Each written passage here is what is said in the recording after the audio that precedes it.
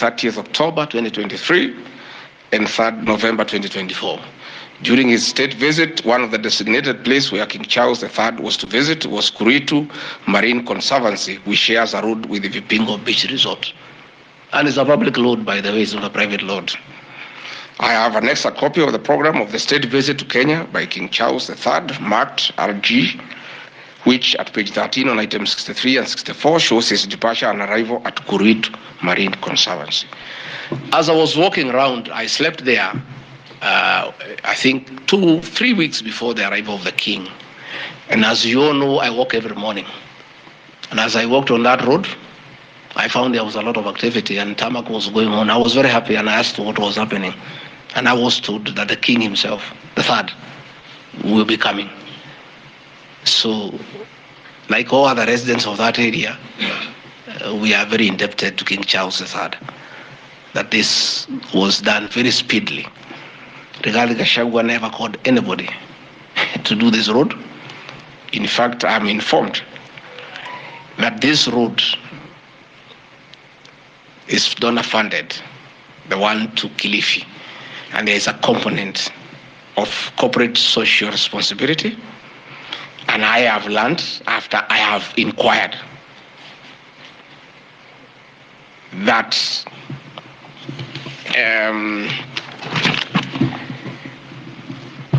these people of that road is called Takawungu Shariani Vipingo. It's off the main road, and I am made to understand that Kuritu Marine Conservancy,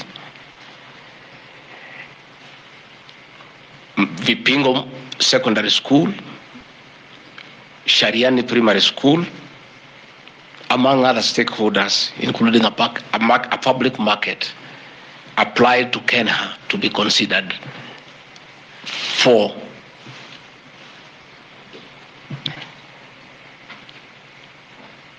corporate social responsibility. And I think the issue of the king hastened that request. And that's why I said we are grateful to the king. Again, I invite evidence to show that I influenced that road. In any case, I would like to know the member of parliament for that area, how he will vote in this motion. He should be a very happy man. If Deputy President Rigathi Gachagua occasioned a tarmac road to be done in his constituency, he should vote for me.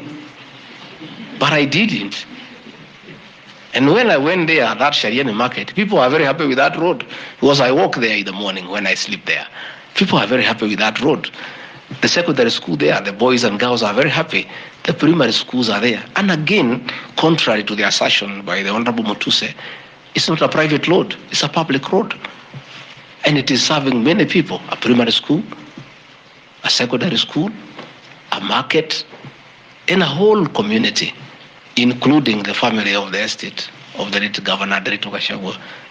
We are just beneficiaries of good deeds by our government that were hastened by the arrival of His Majesty the King III. Undermining the President and the cabinet by allegedly making contradictory public statements from the position taken by cabinet regarding the evacuation of the people residing along Nairobi River. To start with, for the record, President William Ruto has never complained to me that I have undermined him. If he has told that to Honorable Mutuse, I would like to know that he has complained to Honorable Mutuse that his deputy has undermined him. Article 147 of the Constitution provides the Deputy President shall be the principal assistant to the President and shall deputize for the President in the execution of the President's functions.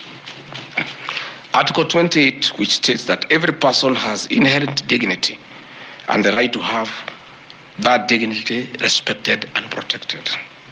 Article 29C, which states that every person has the right to freedom and security of the person, which includes the right not to be subjected to any form of violence from either public or private sources.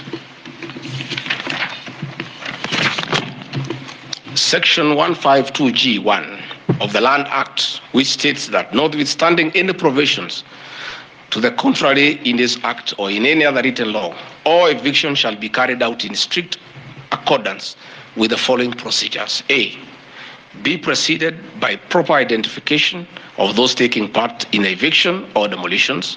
B, be preceded by the presentation of the formal authorizations for the action. C, where groups of people are involved, government officials or their representatives to be present during an eviction.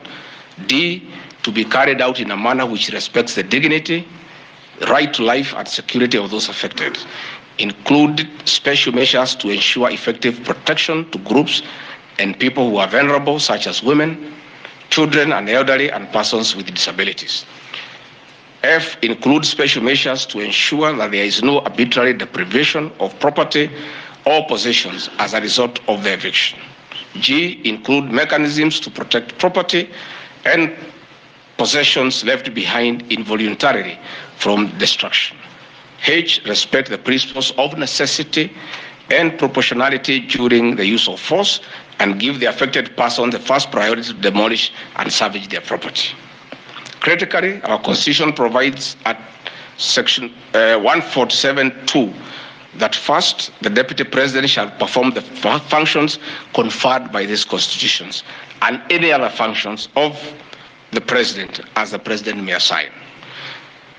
Pursuant to Article 3 of the Constitution, I, as well as every citizen of Kenya and state of public officers, have the obligation to respect, uphold, and defend the Constitution in performing any of my functions.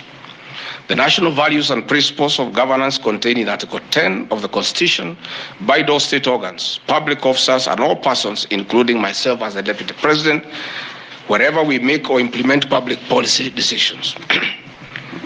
In relation to this matter, these national values and principles include the rule of law, democracy, and participation of the people, human dignity, equity, social justice, inclusiveness, equality, human rights, non-discrimination, and protection of the marginalized. Adherence to these principles became extremely important when we, as state officers, are contemplating legal evacuation of citizens with a duty to avoid inhuman forced evictions that would be contrary to our Constitution and international law. While campaigning with the President, and subsequently when I was sworn in as Deputy President, you can remember, I promised as a key pillar to the Kenya Kwanza government that there will be no forced and unlawful evictions and that all evictions shall be human and entail legal compensation. You remember my inauguration speech. I said never again shall this administration carry out inhuman evictions in a brutal manner as was done in the previous administration. I and my office, the Office of the Deputy President, have undertaken extensive engagement with all parties in regard to the cabinet decision on eviction, which I fully support, including the Nairobi River, which is an entity under the ODP and County Government of Nairobi. Adherence to these principles become extremely important when we as state officers are contemplating legal evacuation of citizens with a duty to avoid inhuman forced evictions that would be contrary to our Constitution and international law. Guideline number 6 of the United Nations General Assembly, guidelines for the implementation of the rights to adequate housing, prohibits forced evictions, and the state should ensure that any eviction under domestic law are fully compliant with international law. The guidelines further require meaningful engagement with communities to ensure that the rights of residents are implemented cooperatively without the need for eviction procedures or police enforcement. I have supported the implementation of cabinet directives on the eviction, safe for the fact that on being informed that each person residing at the Nairobi River was being evicted and paid only 10,000 shillings, which I and many other Kenyans felt inadequate compensation for eviction. I insisted that the government should abide by constitutional dictates and international norms while implementing any cabinet decision, including eviction, and maintain the dignity of citizens of Kenya facing evictions. My statements did not and cannot be construed to undermining the president, because the president, like me, sought to defend the very constitution. I hope I'm very clear. Am I clear? I cannot, I will not oversee, supervise, forced, brutal eviction against the people of Kenya. That I will not, and I can't.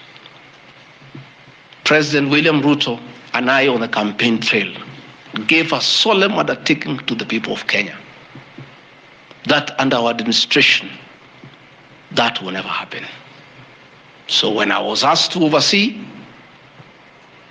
brutal, inhuman eviction against innocent people without notice, without compensation, without due regard to what the Constitution says, I found it very, very difficult. And I rescued myself and allowed the CS for Interior, the Head of Public Service, the PS for Internal Security to proceed. If that is the reason why Rigathi Gachagua should be impeached as Deputy President of the Republic of Kenya and sent home for refusing to undermine the Constitution, for saying no to brutal and inhuman eviction of poor Kenyans, let it be. Undermining devolution by allegedly holding a meeting in Nairobi. Good people. I'm sure you are as embarrassed as I am. That a deputy president holding a public meeting to talk to the people of Kenya is undermining devolution. To start with, Deputy President Rigathi Gachagua, in the duties spelled out by the President under Executive Order number 1 of 2023, he has the duties to coordinate intergovernmental relations. I work with the governors. This is the home of devolution.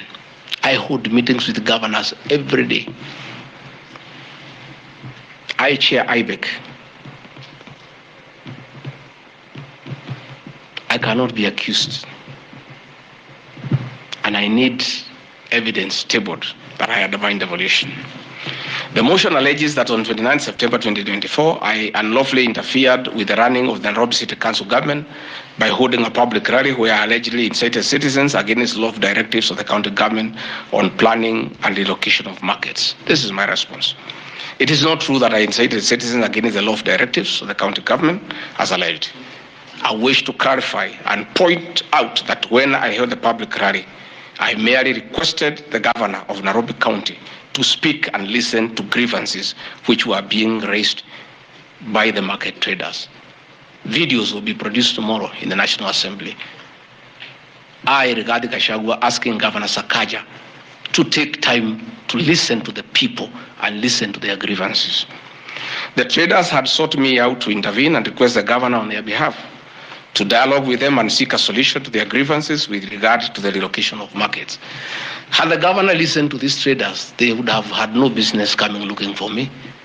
All I was saying is listen to the people. Before you relocate them, have public participation. Most of those traders have lived in Wakulima market for 40 years. They wanted to discuss with the governor what happens to us, what happens to our customers.